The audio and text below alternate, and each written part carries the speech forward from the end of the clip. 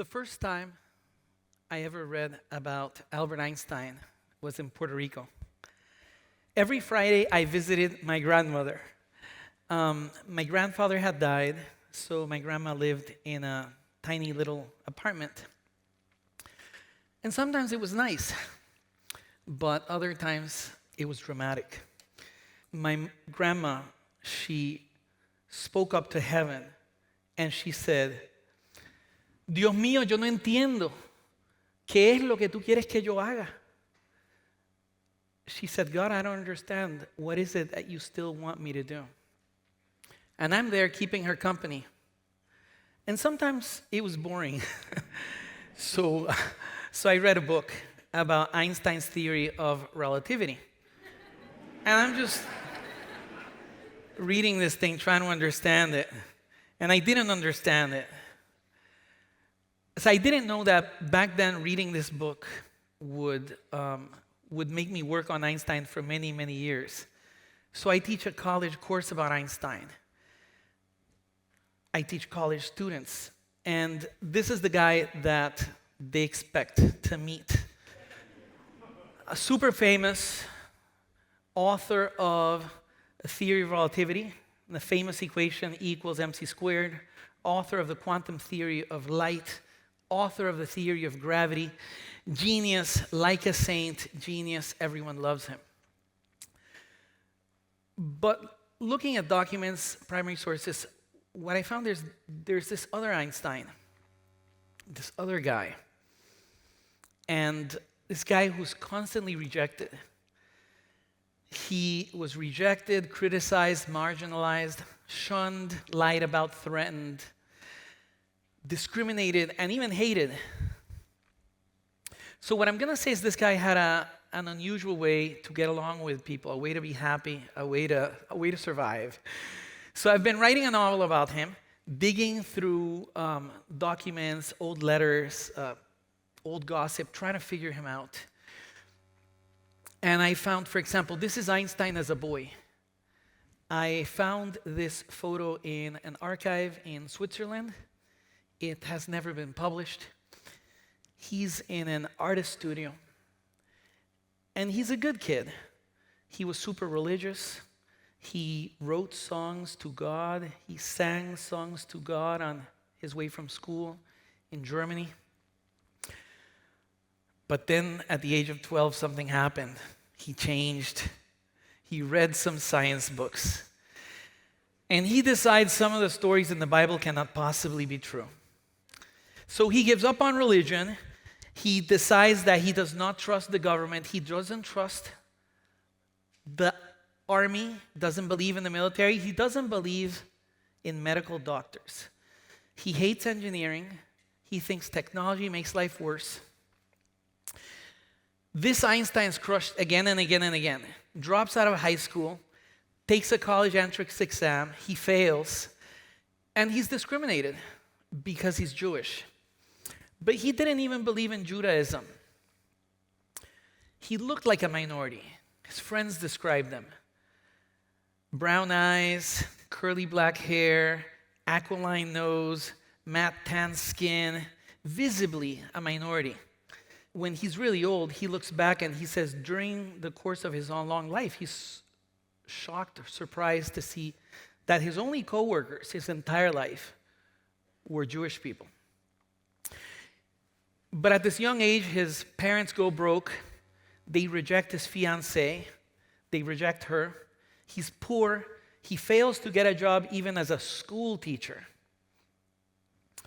And then he realizes that he married the wrong woman. So this guy then tries to win back his high school girlfriend, writing letters, trying to meet up with her, and she rejects him. Crushed again, he writes to her that he's failed in life, failed at love, and that's how he always thinks of himself. So in his spare time, this guy, that loser, works on physics as an amateur. He writes about his black soul. He calls himself a sinner, calls himself a heretic, meaning someone who's either committed crimes against God or, in this case, someone who doesn't believe in the basic foundations of physics. So this guy makes the theory of relativity. He gets famous eventually, after years, but then he's criticized. There's a book, 100 authors against Einstein. His books were burned. He got hate mail, especially from Jewish people. The FBI spied on him. They followed him. For 22 years, they spied on him. Director of the FBI, J. Edgar Hoover, wanted to have Einstein deported because Einstein was, I quote, an undesirable minority. So how did he survive? So back to my grandmother. I'm sitting there in my grandma's living room reading Einstein, and she's still struggling with stress from her life. My grandmother was black, but her father was white. So one day she speaks up to heaven, angry at her father. She asked him, "Father, why did you marry that black woman?" And I'm sitting there shocked. And of course, my grandmother loved her mom. The point is that she was discriminated. Black woman, Hispanic, she didn't get to do some of the things she wanted in her life, like going to college. But she was happy that I did. And I remember her smiling at me. I remember her face smiling at me. You know the way that your grandmother smiles at you when she looks at you. Her father was white, but she's black. Einstein's Jewish, but he's German. So I have to say, Einstein fought against racism. He said racism against black people is a disease. He said it's the worst disease in America. But when he was crushed, he shrugged it off. He's laughing, cracking jokes. So the question is, how does he do it? So I'm trying to figure this out. I searched and I searched. I'm looking at letters and things he wrote, and eventually I found it in a little thing he wrote in 1930. He said that all of his life, he's accompanied by the words of one philosopher. One sentence that helps him get along with people. One sentence protecting him, making him not take people too seriously. One sentence that helps him just laugh at himself. The sentence was by this philosopher. Guy who's alone, cranky, disgruntled. Arthur Schopenhauer. But Einstein loves his writing. When Einstein had no job, no money, living alone, he's reading Schopenhauer.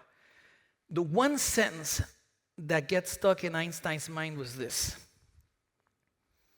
a man can do what he wants, but he cannot want what he wants. What? A man can do what he wants, but he cannot will what he wants. He cannot choose what he wants. Because Schopenhauer doesn't believe in free will.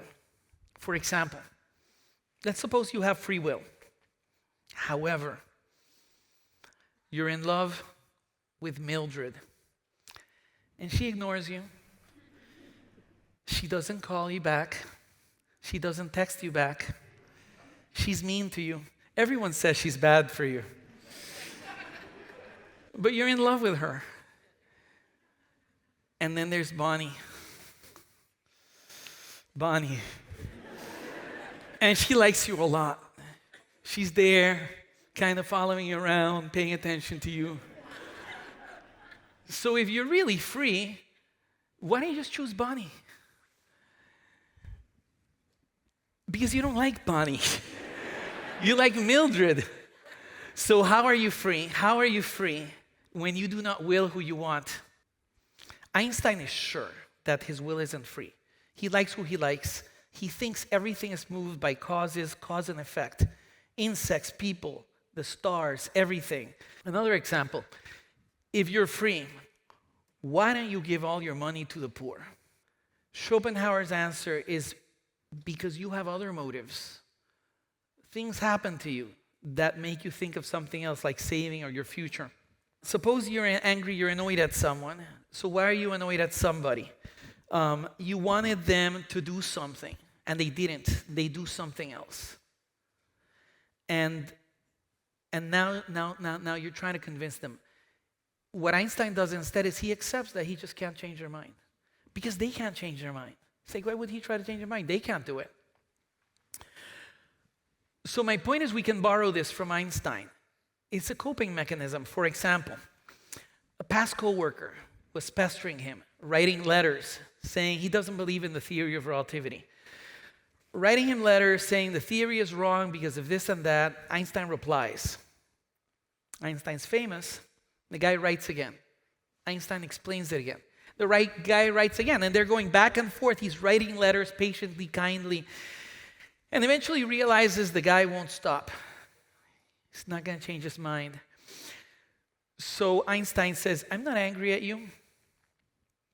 He writes, I can't be angry at a bird for not singing like a different kind of bird. So do what you cannot stop yourself from doing. Another time, Einstein's ex-wife, she writes to him that she's thinking of writing her memoirs. Einstein gets her letter and he calls it a threat. She knows that they had a daughter that nobody knows about. She knows he's a lousy father, that he was unfaithful. She's the main person who can embarrass him and burn him in public. Einstein replies